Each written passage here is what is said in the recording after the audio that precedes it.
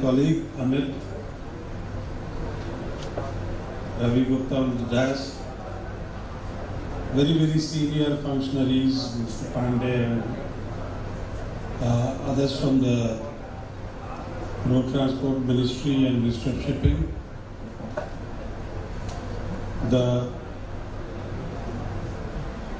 doers, actually the doers on the ground, those who build the infrastructure for us, the captains and representatives of the industry, ladies and gentlemen, very good morning to all of you. First of all, let me begin by apologizing for one particular fact. I am no expert in this area. I am hardly a few months old in this sector, so I may not be knowing much. Yesterday, while mulling over the issue, I was wondering what to talk because there are so many things going on in both, or rather all the sectors pertaining to infrastructure, that it's really very difficult to pinpoint certain things which can really be highlighted and also not be repetitive. So I decided to take a risk, rather take a plunge. Even at the cost of being repetitive, one must speak what one thinks about it. The first issue which comes to mind when we talk of transportation and logistics is every minute or hour saved in transportation and in logistics, either at a container depot or at the port or waiting for the railways or waiting for anything, translates into big amount of money, which basically means not only a loss or gain to the individual entrepreneur, but to the nation as a whole when it comes to cost competitiveness. So what comes to my mind immediately is that we have to be razor sharp in our approach when we are dealing with these subjects and dealing with these issues.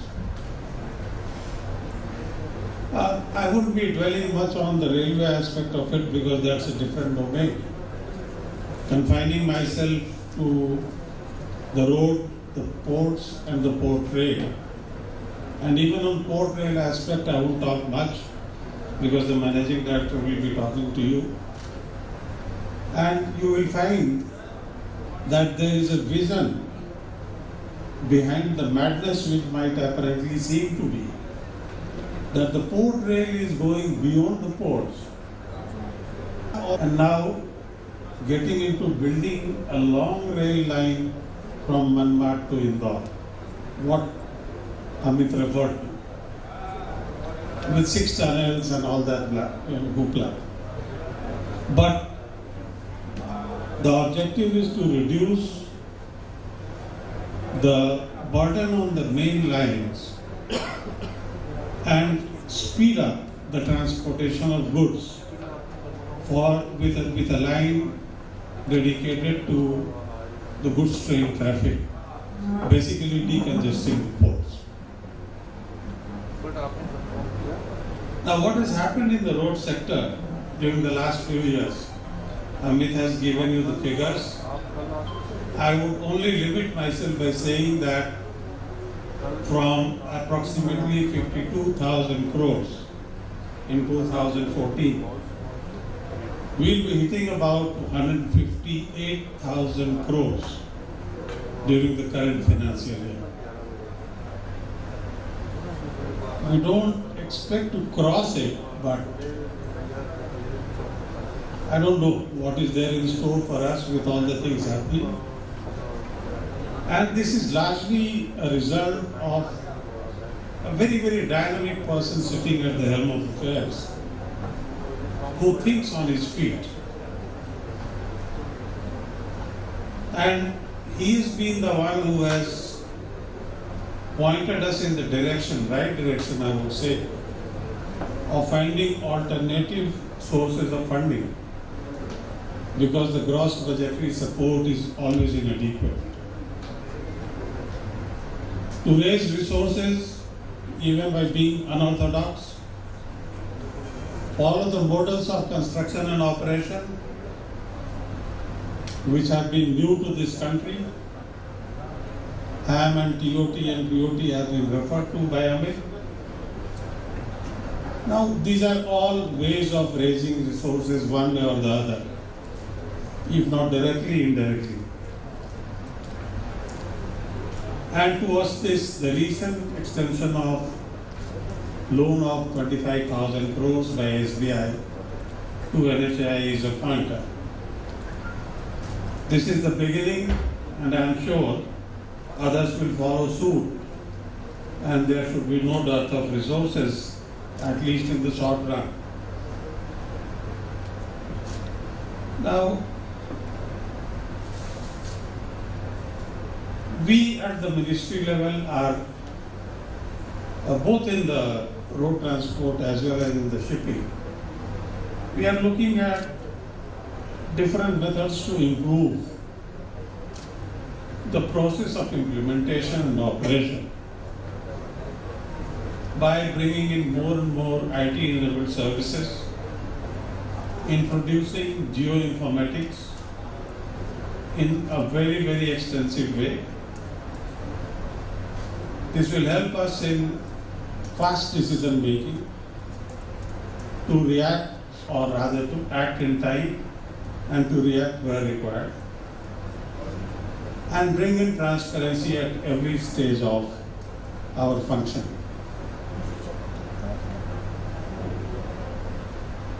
We are all aware that in terms of completion of signature projects, NHAI and all have been doing wonders.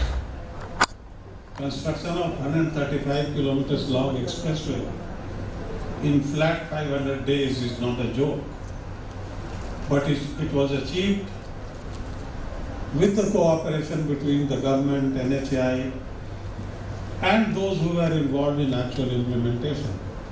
And I think those who actually implemented it, they deserve a big applause.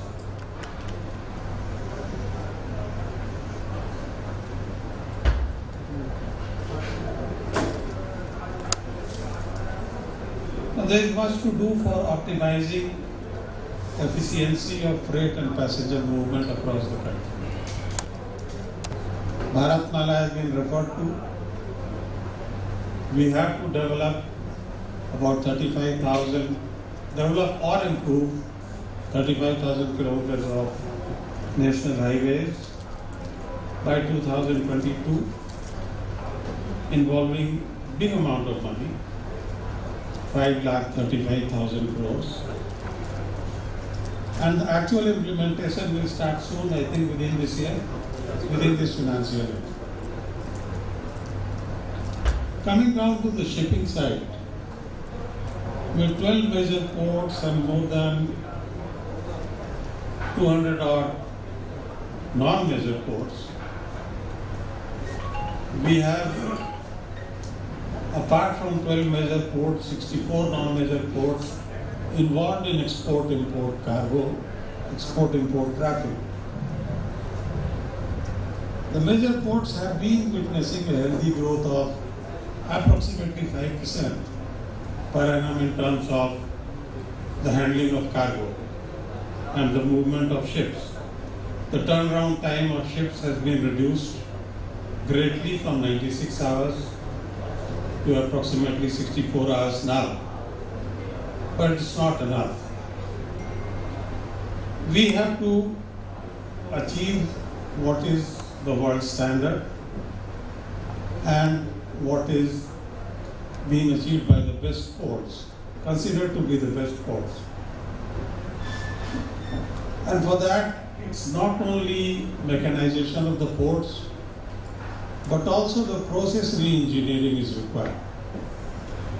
And that is sought to be achieved through, again, IT-enabled services, introduction of IT on a large-scale import operations, provide a single window system for information to all concerned with the port operations, including the users, the stevedorship, the shipping agents, the cargo agents, whosoever it might be. And mobile container scanners are being set up now.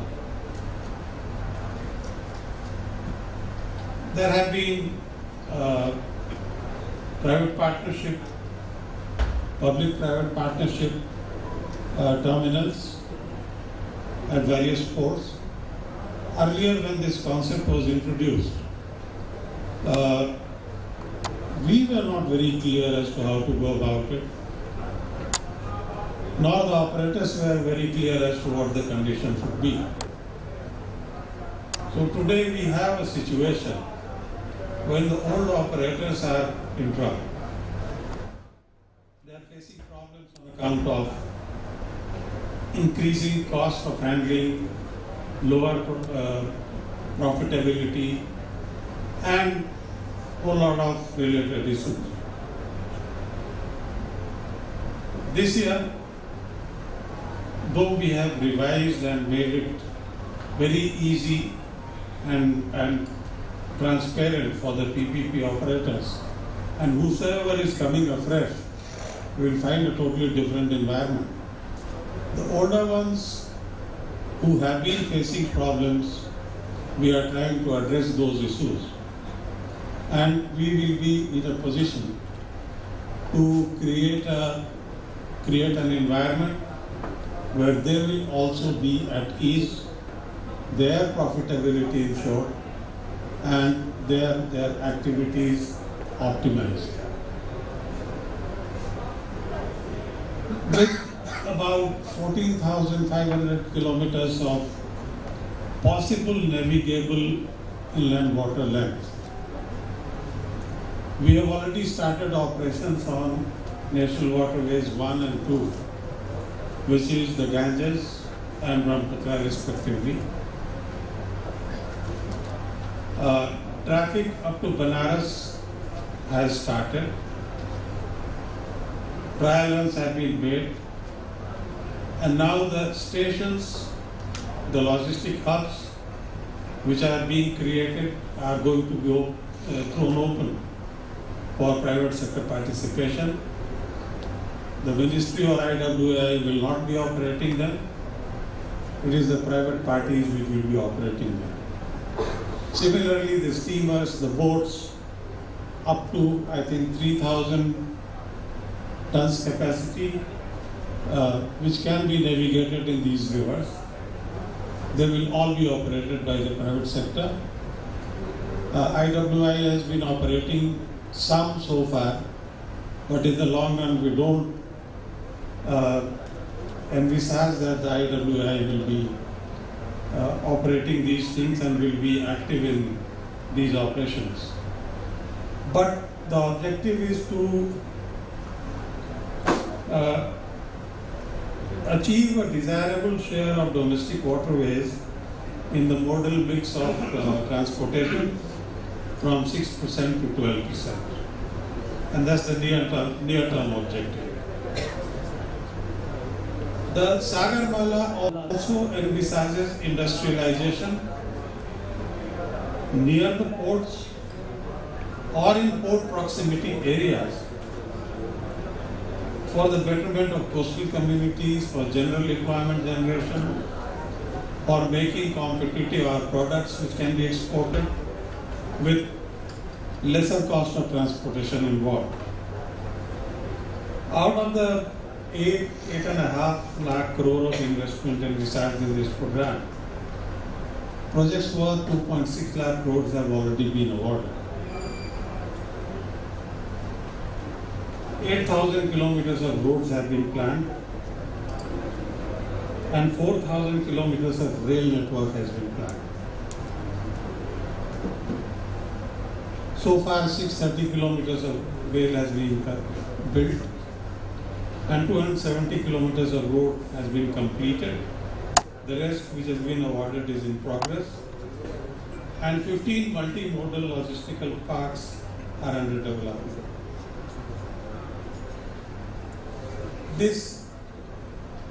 The whole Sagarmala infrastructure will also have 14 national employment zones,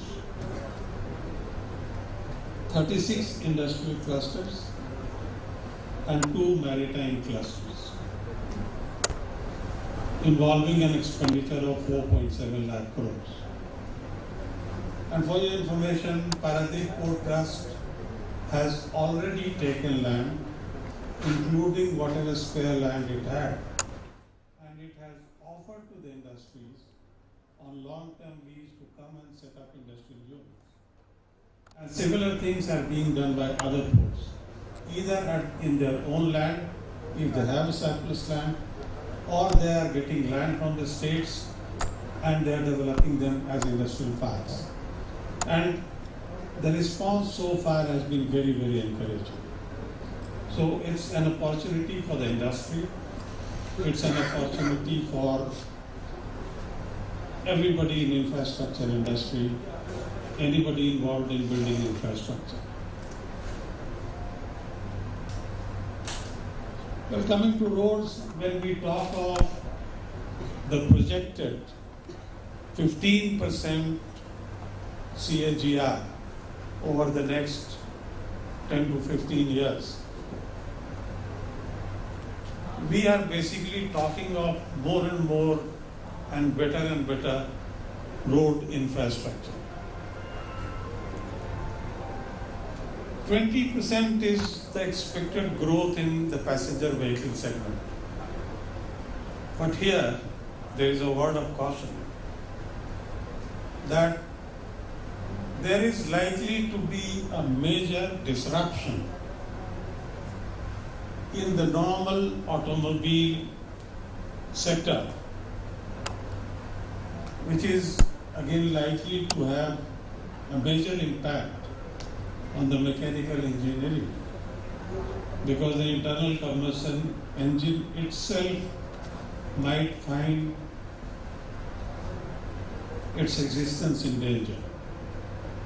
And for that, the Ministry of Road Transport at least is preparing or gearing up to become dynamic in order to bring about changes in legislation, in the laws, when we have more and more alternative fuel operated or battery operated vehicles on the road, and the autonomous vehicles which are likely to be on the roads in very near future. Now for both roads, the act is stuck in Parliament, unfortunately. It is a future-looking act, the bill. Similarly, the maritime bill is again stuck in the Parliament. However, whatever could be done in terms of making the coastal transportation easier, that is from one port to another port, carrying cargo from one port in India to another port in India, instead of road by ship. Those things have been made easier through executive instructions within the given law, and we hope to see major growth in that area. Attention of the government has also gone to the cruise and sailboat tourism, which requires marina development. Now, unfortunately, in India, we don't have any law, any rule for sailboats. We don't even register them as sailboats. There are some sailboats in the country which are being registered as cargo boats by different state agencies. That has drawn the attention because marina development and international sailing tourism do have tremendous potential to bring about the changes in the levels of income of people living in coastal areas. We are now thinking of proceeding on that and create some marinas, more so in the islands, particularly the Havelock Island in Andaman and Nicobar group of islands, which has been attracting a lot of Australians and European sailboats. But since we don't have the policy and we don't have the security clearances, they are unable to move there, and naturally the resultant benefits which ought to occur, because they have to do their shopping, they have to come out, they have to eat their food, all those things are not happening, nor we are able to collect any revenue from them. Cruises, ocean-based cruises are increasing, facilities are being provided. Mumbai, Goa, Chennai, they have provided facilities. But you will be glad to hear that our inland water cruise is picking up. There are many inland water cruise boats now operating on the Hooghly, coming right up to Saharganj in Jharkhand, and even proceeding further towards Patna. And they are planning to reach Banaras now. And once we make the river navigable up to Allahabad, so from Allahabad to Haldia, we will have cruise ships operating on a regular basis. This will be perhaps the most welcome development. Now, during the technical sessions, I won't take much of your time now. A lot of other things will be brought out. There are investment opportunities galore, and with NHAI looking at going international, in a sense it's already gone international. It's building that road in Myanmar, Indo-Myanmar Friendship Road leading to Asian Trilateral Highway. I think there will be many, many more opportunities for the road building industry in this country to remain not domestic, but to become international. With these words, I thank all of you for having heard my monologue. Thank you very much. I wish it a great success. Further deliberations will be hopefully much more fruitful to you than whatever we talk.